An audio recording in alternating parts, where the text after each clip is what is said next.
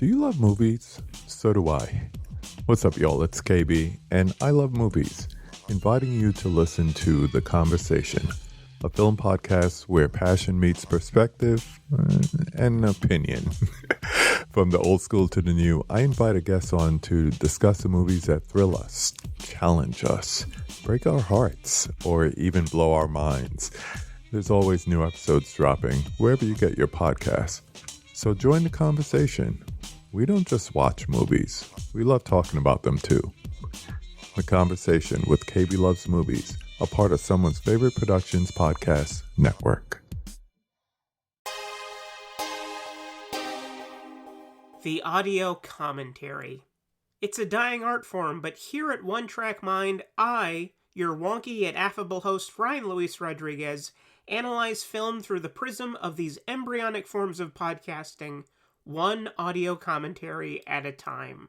Masterpieces, crapster pieces, live action, animation, cult classics, films literally no one has ever heard of. No track is too small and no track is too big. Join me and my guests from the entertainment world as we keep these features alive every other Tuesday. Hey, who else is going to discuss Bill and Ted's Bogus Journey one week and Citizen Kane the next? Us. That's who. Sure, you have to put up with my voice, but there's a certain give and take in this industry. That's One Track Mind, part of the Someone's Favorite Productions family, and available wherever you get your podcasts.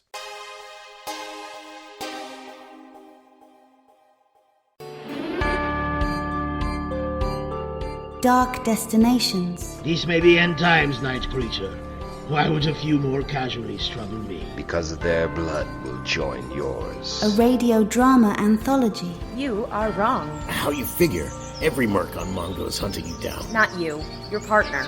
He said I didn't have a ray gun. Full cast performances set in the haunted corners of the globe. Darkness is coming for you. That's the fear that haunts me. Sleep! Ah! Dark Destinations by Father Malone at weirdingwaymedia.com. Weirding Way Media.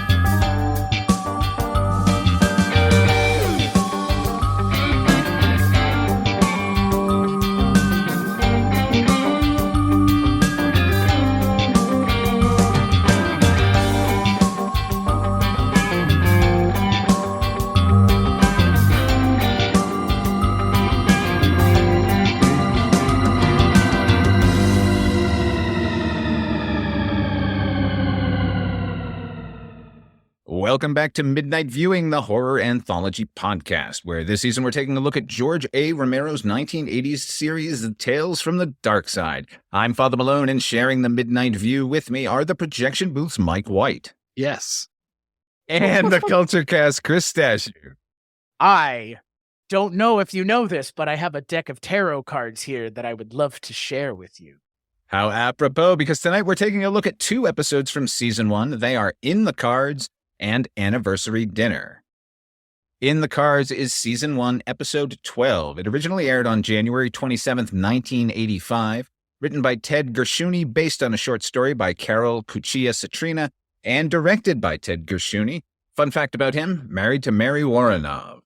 This one stars Dorothy Lynman and Carmen Matthews, and Terry Keane. Carmen Matthews is the little old woman who switches the tarot cards on her. She started in 1950, her acting career. She was on 6 episodes of Alfred Hitchcock and the original Twilight Zone.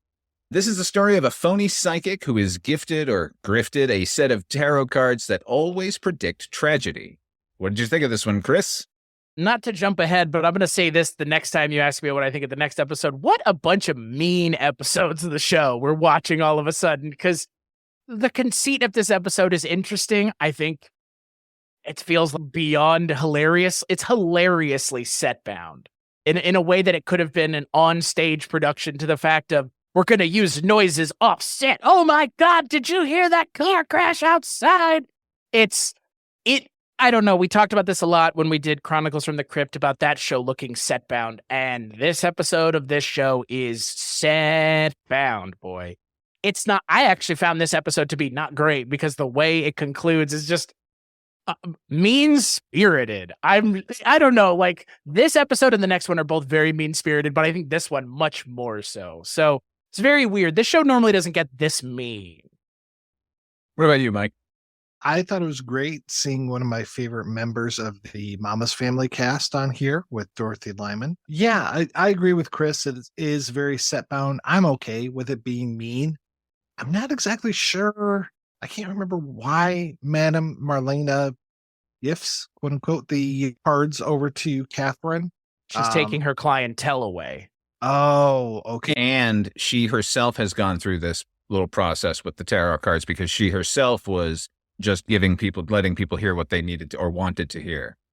It's the It Follows of it all. Very, very It Follows. Yeah.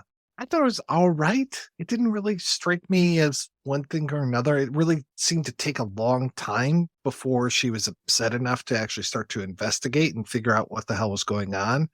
Otherwise, it was like, oh, I'm here for a reading. Oh, I can't give you a reading. Oh, why not? Shing, shing. And it's like, okay. That little sound effect whenever the bad cards would come up. The swords crossing. Shing. Yes. But you don't have that on speed dial, Father Malone? I was expecting you to tell us the history behind the sound effect we hear 1,000,000 times in this episode. That's what I was waiting for. Yeah, no, I don't want to hear it again, nor do I inflict it upon our listeners. Yeah, that sound is for the Knight of Swords. That's the card that she now has to turn over at the end of everyone's reading. The Knight of Swords is being held responsible for our own impulsive behaviors and accountable for our actions. You're right, Chris. This is a very mean-spirited one, because she's given really no chance to make amends for this thing. And you know what? It's actually a little meaner spirited than that, because she is given a chance to make amends. Really, all she has to do is pass those cards on to another phony psychic and then walk away. But the problem is she's dumb, because at the end of when the first woman comes in to have her cards read, she allows Dorothy Lynman to read with her own cards. And then when her back is turned, she switches them. So she gets a genuine reading from her, and then avoids being read with the death deck. Here, Dorothy Lynman switches the cards before she gets her reading, damning herself. That's a weird one, because it isn't just necessarily... I would agree with you, Chris, that this was too dark if she had done everything right and then got stabbed in the alley. But she doesn't do everything right. She actually doesn't learn anything by the end. Yeah, I'm actually, it's not that she dies in the end. It's that just the way she dies. A guy just walks up and stabs her and then walks off. Yeah. It's exit pursued by a bear. Like, literally all of a sudden, a knife-wielding, pantyhosed-headed man comes in from stage left, stabs her, and exits stage right. No exaggeration. Go watch the episode. And then we have an extended zoom-in shot of her just dead on the ground with a knife sticking out of her side, and it slowly zooms in on the Knight of Swords. Ooh, I don't know. I just, like, it, to me, like, there's no payoff. It's just, I don't know. This segment or episode, I guess, had really very, very little to say by my approximation. Yeah, it's very meandering. We get to meet a bunch of her clientele. We don't necessarily need that many. It's like, Mike, we've talked about this on Night Gallery and Twilight Zone a bunch of times. Like, we get the premise quicker than the characters in the show. The characters need to catch up. Visually, they're picking up things way faster than you're writing them. We don't need to see her perform the same feat over and over again. She should know just by putting the deck out every time that card comes up on her own. She tries to burn the deck and it doesn't work. Like, At that point, you call your friend who's a fellow psychic and go, what the fuck is going on with these cards? You don't continue giving readings to everyone who comes to your shop. They're all going to die. Unless you're doing it to then steal their money. Like, that's what I thought. I thought she was going to start like, oh, I'm going to put my name on your will. And then prove that I killed you with the deck of cards. Like, oh, you can't. But again, if you're like putting your name in their will and then, oh, you're dead. Like, again, I thought that's where it was going. AKA, I gave the episode way too much credit because I thought there was something interesting at the core of this. At the core of it, Dorothy Lynman just dies because, she's kind of a bad person or more of just an idiot, I guess. Like, she's not smart. I mean, the way the character's written, she's not smart. To Father Malone's point, she literally hands someone a gun and says, put a bullet in it, please. Click, click, click, click. Like, what are you doing? It's just so weird to me. I don't know. Like, a lot of these episodes feel like they have something to say. And this one just like, well, you want to see this tarot card reader who's not actually reading cards get her comeuppance? Okay. If she had been actually smart, she would have sat down at Madame Marlena's and said, I'm going to read your card, read yours. Right. And started putting the deck out no matter what her complaint be. But again, that would have been actually putting in some effort into the story. She just goes to her and says, why did you do this?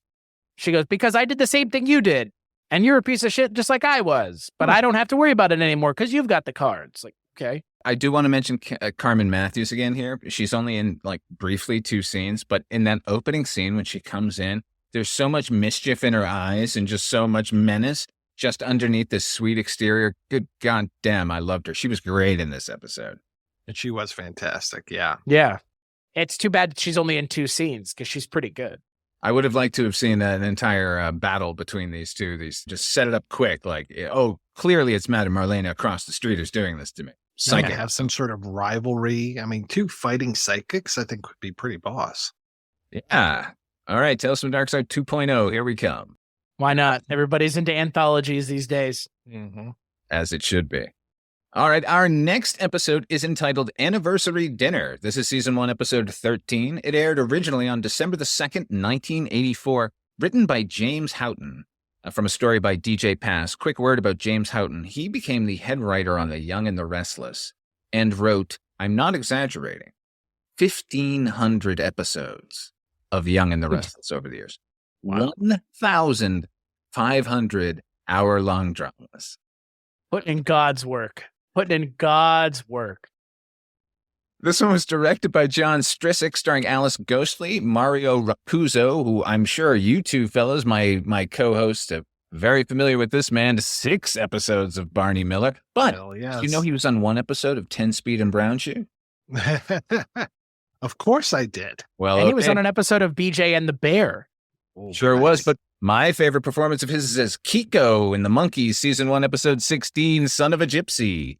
This one also stars Frederica Duke, and it's about an aging empty nest couple who welcome a young woman into their home just as their 25th wedding anniversary feast is approaching. What'd you think of this one, Mike? Made me hungry. I mean, I've spoken with Frederica Duke in the past. I kind of wanted to eat all the flesh off of her bones, but this really made me want to do that. So this so reminded me of like an old Bugs Bunny cartoon, like the 2 fighting chefs that are trying to cook Bugs Bunny and they keep putting him in a bath, quote unquote, and putting carrots and stuff in there. And he's just like, washing and everything. So reminded me of that. I mean, it was ridiculous that they have her get into a giant fucking pot. That would have been funny. That's what I was waiting for. Well, they do, don't they? I mean, isn't that the end of it? No, it's throwing in all those vegetables. It's just a hot tub. Okay. I wish it was like a giant throwing pot. in the vegetables. I mean, that was hilarious. Yeah. Her face. Ha ha ha! You're throwing broccoli in with me. Like, what? Are you that stupid? Yes, that was too funny. Yeah, this one went on for way too long. It's such a simple premise, and they just stretched this out so much. I mean, yeah, Mario Raposo, really like him. Love Alice Ghostley, one of my favorite of Sam's aunts on Bewitched. But yeah, it was like, okay, you got 4 characters here. They don't even need 4. You probably just need 3. And man, oh man, just get through this like a lot faster or do something. It just needed something else. This felt like our common plate felt like a Blackout skit. What about you, Chris? You're a fan of the Blackout sketches. Oh, boy, aren't I? One might say I'm the biggest fan. This reminded me of the episode with the grandpa where he just won't stay dead. Oh, yes. The Stubborns. Yeah, Case of the Stubborns. It reminded me of that because it's like we mentioned on that episode, like how long does this have to go on? It doesn't put a lot of strain, no pun intended, on the plot, but their last names are Colander, guys. Like, fucking come on. If you don't get what's going on the moment you see her get into this giant hot tub and then just like stand around it, I don't know what to tell you, but I love the Wikipedia synopsis for this episode is hilarious. The last line is, unfortunately for Sybil, the couple plan on serving a very revolting dish for the occasion. Revolting? I don't think it's revolting if they're willing to cook a human being. They're clearly not revolted by it. And I'll say, man, that's a lot of food for two people. Mm-hmm. Way too much food. My God, the leftovers are going to last for months. I hope they have a big enough freezer. It's a fucking weird episode because, like, again, cannibalism's always weird because you really do have to imagine Mario Recuzzo eating this woman's, like, limbs because, like, that's what they're saying is going to happen. That's like, this is pretty mean-spirited even for this show. Mm-hmm. But this is funny mean. This is funny, like funnier, I guess, than the last one. Yeah, this one's dark, but it is more comedic, I think. And Frederica Duke is 30 years old here. Mm-hmm. And boy, she looks it. This is clearly supposed to be like an 18-year-old girl or something coming in. Like these characters are, like I said at the top, empty nests. Like they're talking about their children through the entire thing. Like their children are gone and they miss their kids. And so this is supposed to be like a replacement. Like I didn't get how old she looked compared to what she should have been. Oh no, it's me, expectation versus what they delivered. This is a West Coast episode, including boy, don't it look it. Yeah, including a location. They go outside here. We see nature on Tales from the Darkside. That was nice. I did not, for the majority of the episode, was unaware that they were cannibals. I thought they were treading down a path that Tales from the Crypt would many times, which is this weird lecherous triangle. Oh yeah, sure. Right? It'd be now. They'd be like, you want to bang? And be like, they're eating something, but they're not eating. Well, never mind. Mm-hmm. No, they would be. And they really lean into it because there's a moment where the husband is like, oh, let me see in your bathing suit. Right. Yeah. So like, oh, what's the hell's going on here? And like, in the end, he's checking out how much meat is on her. And like all of their conversations about their children end up being, did they even have kids at all? Are they just referring to all of the children they've eaten over the years? Like those are their kids? I mean, they're in the trophy room, the hidden trophy room / hot tub room. Frederica Duke, you ought to know a little better than to go into the trophy room. It's hard to feel bad for a character this stupid. It's like the character in the last episode. Like she's dumping vegetables in to the hot tub with you. Do they have to spell it out for you? Like, well, I guess so. Drunk, right? Like that's the excuse they're using. They've gotten her completely drunk. And now, while they're throwing vegetables in, she thinks it's hilarious. It's not that she's like a ditzy moron at the end. I mean, look, you shouldn't have gotten in the non-hot tub anyway. But I don't think it's quite that. They've at least baked in a little bit of an inebriation thing here. I will say this about Frederica Duke. She reminded me of Karen Black here, which she has a bit of a quality here. But, she's a victim in this episode, and Karen Black is no victim. Even if she is, she'll come back as the aggressor. I was happy about the lecherous trio that we would keep seeing in Tales from the Crypt, which became so boring. Like, I was actually happy when it turned out that they were cannibals. That's the weirdest thing I've ever said. I was happy when it turned out my neighbor was a cannibal. Sign it's 1984, socks rolled up over the jeans pant legs. Good God, I don't miss that. Shisha. Can I mention, and I think we talked about this on Barney Miller, The Life and Times of Captain Barney Miller. Speaking of Mario Recuzzo, here's a great, what does Benicio del Toro say in Fear and Loathing? I'm admiring the shape of your skull. Mm-hmm. He has a very interesting head, especially when it's viewed from a certain angle. It looks almost like cone head-esque. I know in Barney Miller, there was one of the shots where it's like, whoa, that's... Yeah, but I love how he wears a hat, though, because his hat is like 4 feet off the top of his head. Way up there. Yeah, it's way up there. Well, I sent you that image of the mad scientist that was trying to kill Bugs Bunny. Speaking of Bugs Bunny, trying to kill Bugs Bunny, and he had that huge hatchet and stuff. Come here, Mr. Bunny Rabbit. Like, that's so what he looks like to me. He's got this tiny little face and this big head. Yeah, he looks like he could be a spitting image puppet. Or that Yes. troop from England. Oh, boy, yes. I wish that the episode had more to it, but since the shock is the cannibal of it all, I guess they had to leave it a mystery until the final moment. But I don't know. Go back to the opening question that you asked about this being, or mentioned this is a blackout sketch. It really is a blackout sketch. And there's nothing to be mined here, because even the secondary twist where it's like their children are just semi-rotten heads in a closet, like, what does that even mean? Yeah. It is a bit of a blackout sketch. There's one line in this Alice Ghostley says, "Oh, I love having the children for dinner." Like, that is just the bottom of the New Yorker cartoon. Like, Right. That's all we needed. Anytime anyone says for dinner, like in this day and age, like that person's going to try to eat you if they have you over to your house, right? Oh, yeah. I'm Yeah, having like- an old friend for dinner. Yeah, like, yeah, I don't know. She had every opportunity to leave. I don't know. I was actually expecting there to be the twist too of Mario Recuzzo had killed her like boyfriend. Like, I was thinking maybe that would be the twist, but no, the twist is just they killed her and cooked her and ate her. Like, okay. And I guess the boyfriend isn't like looking for her at all. Like, come back. I guess he wouldn't come back to that house because the old man came out with a shotgun at the beginning. Boy, wasn't that guy a prick?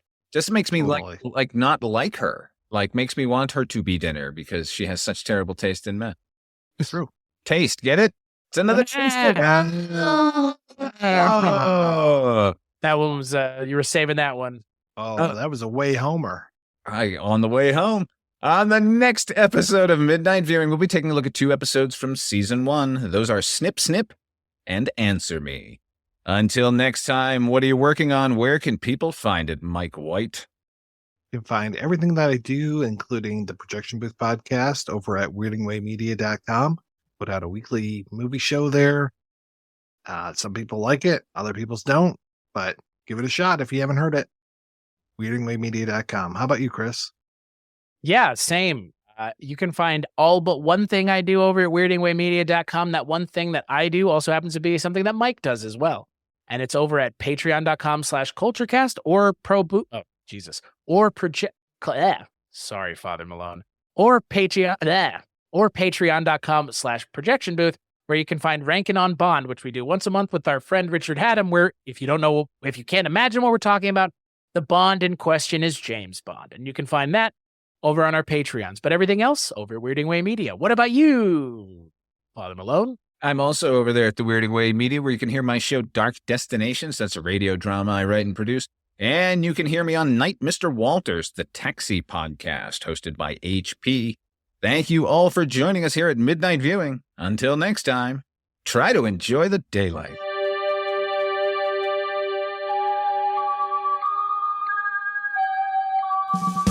Midnight Viewing, the horror anthology podcast, is a proud member of Weirding Way Media.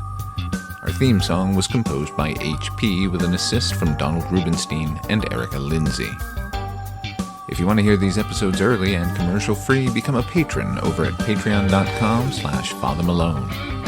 Not only are the episodes up early, but we have extended interviews and bonus podcasts where we spotlight the best episodes of horror anthologies from every series. But if you just like the show and want to help, please share it with your friends and give us a rating on your favorite podcatcher. Together we'll keep journeying through the places that are just as real, but not as brightly lit.